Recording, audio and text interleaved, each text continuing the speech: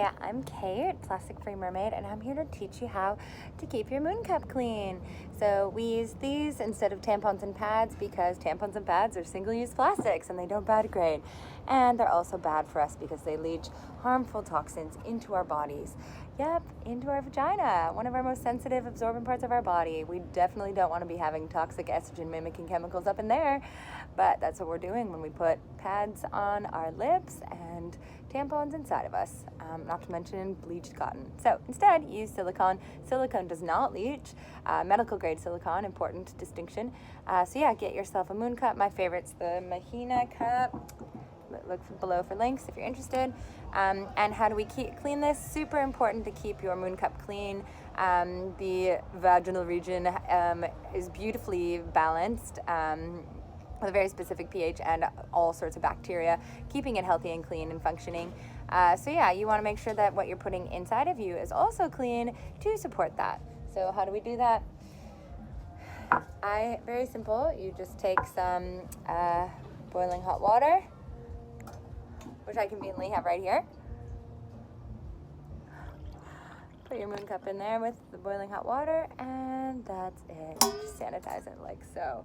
So the moon cup, the silicone is not affected by the heat. That's why it's used for cooking ingredient or materials as well. For that you can see cake tins and cupcake tins and that sort of thing made out of silicone or silicone molds. So silicone also used in plastic surgery, sex toys.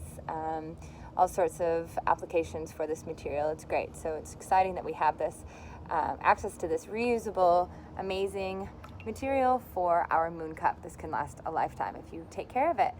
So that's how you sanitize it. You want to sanitize it every time before use, before inserting, just to make sure that your vagina stays healthy and clean.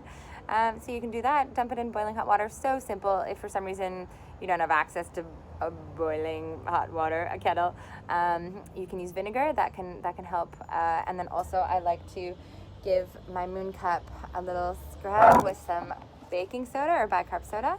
So you can just put a little bit of bicarb in there.